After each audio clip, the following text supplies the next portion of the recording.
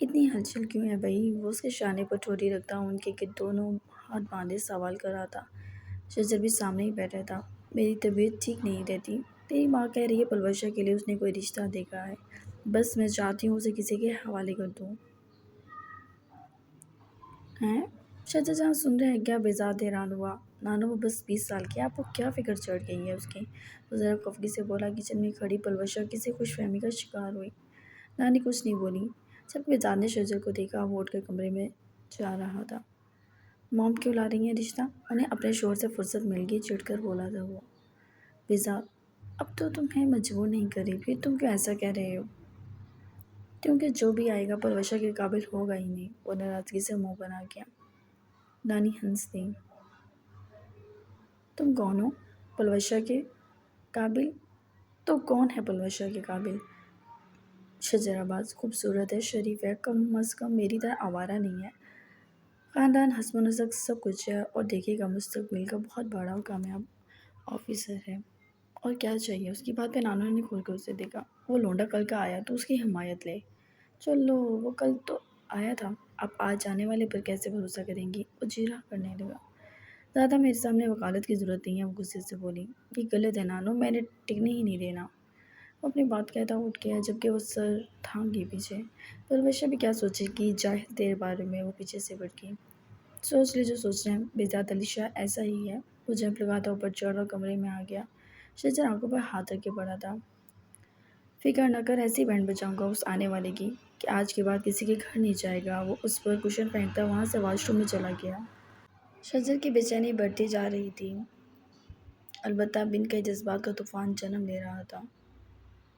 بیزاد کو دیکھ کر عالیہ حیران ہوئی، معلوم نہیں تھا آج اپنے بیٹے سے ملاقات ہو جائے گی۔ وہ آگے بڑھی اور بیزاد بھی آگے بڑھا، لیکن فارمل، جیسے وہ کسی عام عورت سے مل رہا ہو۔ ڈمپلز کی نمائش کرتا ہوا ان سے ملا۔ کیسی ہیں آپ مسز وجاہت؟ وہ اتنا ہی کہتا تھا انہیں۔ ٹھیک ہوں، ہلکا سا مسکرائیں۔ گریٹ۔ وہ سامنے بیٹھ گیا، ان کے ساتھ کچھ اور لوگ بھی تھے، شاید وہی جو رشتہ لائے تھے۔ وہ لڑکا تھا، اس کی ایک بہن تھی جو ٹکٹکی باندھے اسے دیکھ رہی تھی، اور اس کی ماں تھی۔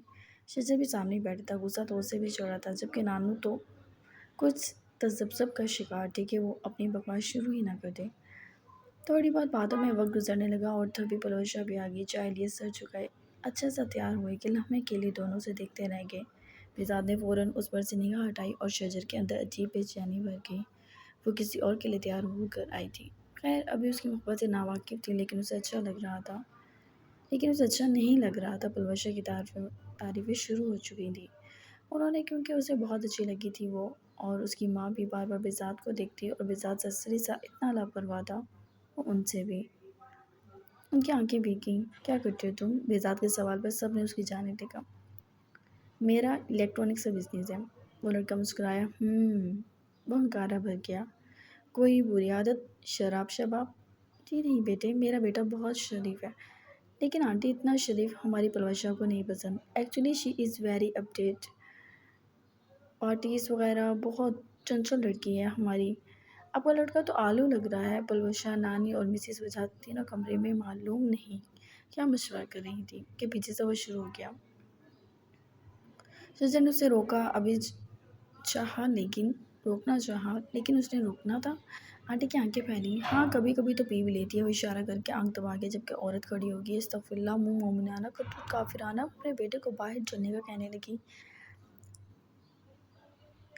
ہپ ہاپ لڑکی ہے آنٹی جی، اس بدھو کے ساتھ ہمارا میچ نہیں بنتا۔ وہ باہر جانے لگے، وہ پیچھے سے بولا، تبھی وہ تینوں بھی آ گئی۔ اوکے آنٹی، اوکے، میں نانو کو آپ کا پیغام دے دوں گا، اوکے بائے۔ اس نے دروازہ بند کر دیا۔ شجر نے اس کی جانب دیکھا، دونوں کی شرارتی ہنسی گونج گئی تھی، جبکہ وہ عورت بہت کچھ سنا کر گئی تھی۔ وہ پلٹے تو نانو کی گھور نے دونوں کی ہنسی روک دی۔ نانو کیا ہے آپ کو یار، اچھا بھلا لڑکا ہے، میں لے آتا ہوں رشتہ۔ وہ شجر کے شانے پہ ہاتھ پھیلاتا بولا۔ چپ ہو جاؤ تم۔ پلوشا اور مسز وجاہت حیران کھڑی تھی۔ نانو نے جھٹکا تو وہ چپ ہو گیا۔ میری پلوشا سے پیار کرتے ہو؟ انہوں نے شجر کی طرف دیکھا، وہ جھجک رہا تھا کافی۔ نہیں، بے سختہ اس کے منہ سے نکلا۔ بیزاد نے کھینچ کر تھپڑ مارا تھا اس کی گردن پر۔ میرا مطلب ہاں، وہ بولا۔ پلوشا شاکڈ کھڑی تھی۔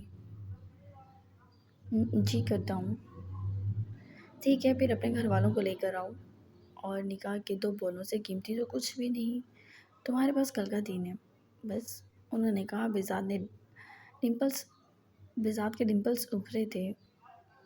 آئی لو یو نانو۔ وہ ان کے کال چپ گیا جبکہ بہت خوش تھا، جبکہ شجر کافی فکر مندی سے اس کی خوشی دیکھ رہا تھا۔ اس کے گھر والے کبھی نہ مانتے، پورے 6 بہن بھائی کنوارے بیٹھے تھے، 7ویں کا نکاح ناممکن ہی تھا۔ وہ خاموشی سے اوپر چلا گیا جبکہ پلوش شاہ غصے سے نکاح بچا کر اس کے کمرے کی طرف بڑھی۔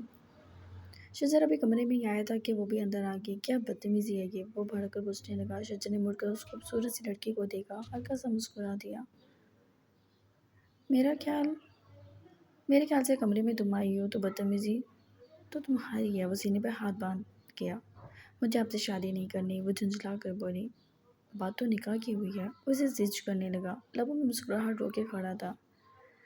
بات تو ایک ہی ہے۔ اس نے شانے اچکائے۔ میں پرویشن نے مٹھیاں بھیج دیں۔ تم؟ وہ اسے پرشوق نگاہوں سے دیکھنے لگا۔ اب ہم منہ نوچ لوں گی، سوچے گا بھی مت۔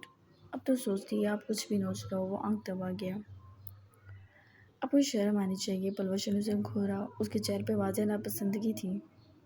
میں بے شرم ہی ہوں، تمہیں وقت کے ساتھ پتہ چلتا رہے گا۔ وہ سکون سے ہر بات کا جواب دیتا اس کو دیکھ رہا تھا۔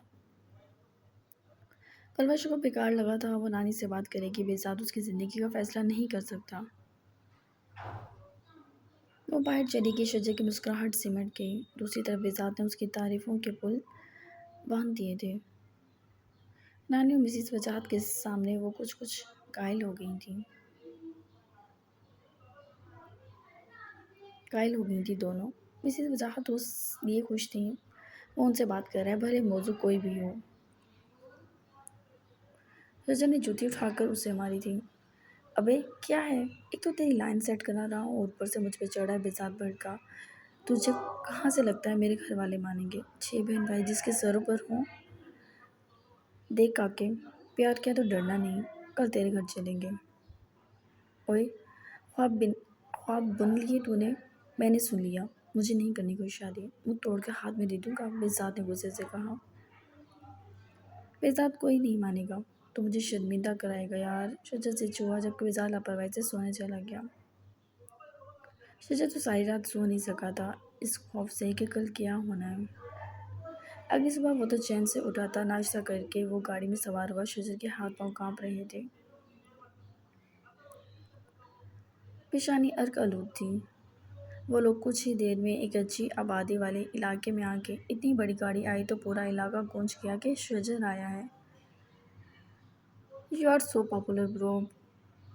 بہزاد ہنسا، اس کے ڈمپلس اور گہرے ہو گئے۔ شجر البتہ شرمندہ تھا۔ کہاں بہزاد؟ علی شاہ کہاں وہ باہر نکلا، محلے کے لوگ اسے چیمٹ رہے تھے۔ بہزاد بھی نکلا، سب اس سے بھی ملے۔ میں حاجی ہوں کیا؟ بہزاد اس کے کان میں گونج کر بولا۔ شجر نے ہنسی روکی۔ وہ دونوں اندر داخل ہوئے اور شجر کے گھر والے اس سے ملے، بہزاد سے بھی ملے۔ اچھے ماحول میں خوشگوار باتیں ہوئیں تو بہزاد نے شجر کے بڑے بھائی کو کمرے میں آنے کا کہا۔ شجر کے رنگ فک ہو گئے۔ بہزاد، وہ بولا، مگر وہ سنے بنا اندر چلا گیا اور رفتہ رفتہ سب اندر جانے لگے۔ شجر کو لگا اس کا بی پی لو ہو جائے گا اور وہ گر کر مر جائے گا۔ یہ ہو کیا رہا تھا؟ تقریباً گھنٹے بعد سب باہر نکلے تھے، کوئی غصے میں، کوئی حیرانگی میں تو کوئی افسوس میں۔ ٹھیک ہے بیٹا، ہم لوگ کل ہی اس بچی کو اس کے نکاح میں دے دیں گے، اس کی ماں نے کہا۔ شجر کے حلق میں نوالہ پھنس گیا۔ اس نے جھٹکے سے بہزاد کو دیکھا جو شرافت سے سر ہلا رہا تھا، جبکہ غصے سے اس کی ماں نے اسے دیکھا اور چلی گئی۔ بہن بھائی بھی ادھر ادھر ہو گیا سارا مسئلہ حل؟ تو نے کیا کہا؟ بس اتنا ہی کہا کہ تو نے غلطی سے منہ کالا کر لیا اور وہ بیچاری لڑکی کے ماں باپ اب تجھے یا تو جان سے ماریں گے ورنہ تجھے نکاح کرنا پڑے گا۔ وہ مسکرایا فخر سے۔ بہزاد شجر دھاڑا جبکہ وہ باہر دوڑ لگا گیا۔ وہ حیران تھی، اس کا نکاح پر محبت کسی سے کی، نکاح کسی سے؟ بہت ارجنٹ اس کا نکاح کا انتظام کرایا تھا سب نے، پلوش کے انکار کے باوجود۔ اس نے بہزاد کو بھی خری خری سنا دی تھی کہ وہ ہوتا کون ہے اس کی زندگی کا فیصلہ کرنے والا، لیکن وہ اس طرح ڈھیر تھا کہ کہیں بھی نہ رکے۔ اس نے بس اتنا ہی کہا، شجر اچھا لڑکا ہے، مجھ سے کئی گنا اچھا، جب مجھے جیسے آوارہ سے کرنے کو تیار تھی تو وہ تو بہت اچھا ہے۔ اور پھر نانو اور پھر آنٹی سب نے اس پر دباؤ ڈالا اور روتے ہوئے وہ اس نکاح نامے پر سائن کر گئی۔ شجر کی خوشی کا ٹھکانہ نہ رہا، بہزاد بھی بہت خوش تھا۔ لیکن شجر کی مسکراہٹ سمٹی جب اس کی ماں نے یہ کہا کہ اپنی شکل نہ دکھانا۔ وہ افسوس سے بہزاد کو دیکھنے لگا۔ جی آنٹی، بس ایسے اولاد تکلیف کا باعث بن جاتی ہے۔ بہت روکا، اسے بری صحبت سے دور رکھا، لیکن کیا کر سکتے ہیں؟ وہ دونوں ہاتھ اٹھا کر بولا، امی ایسا کچھ نہیں ہے، یہ پہلے روز سے جھوٹ بول رہا ہے۔ شجر رفتہ رفتہ سارا سچ بتا گیا۔ بہزاد تو سوچنے لگ گیا کبھی سب مل کر اسے مارنے نہ لگ جائیں۔ معلوم نہیں شجر نے کیسے منایا تھا ان سب کو۔ وہ تو کافی خوش تھا۔ اچانک اس کا سیل فون بجنے لگا۔ علیشا کی کال تھی۔ جی جان، کیا حال چال ہے؟ وہ لہک کر بولا۔ بہزاد، علیشا برگریٹ علیشا شہید ہو گئے ہیں۔ اسے لگا زندگی میں یہ آخری الفاظ ہیں جو وہ کبھی سننا نہیں چاہتا تھا۔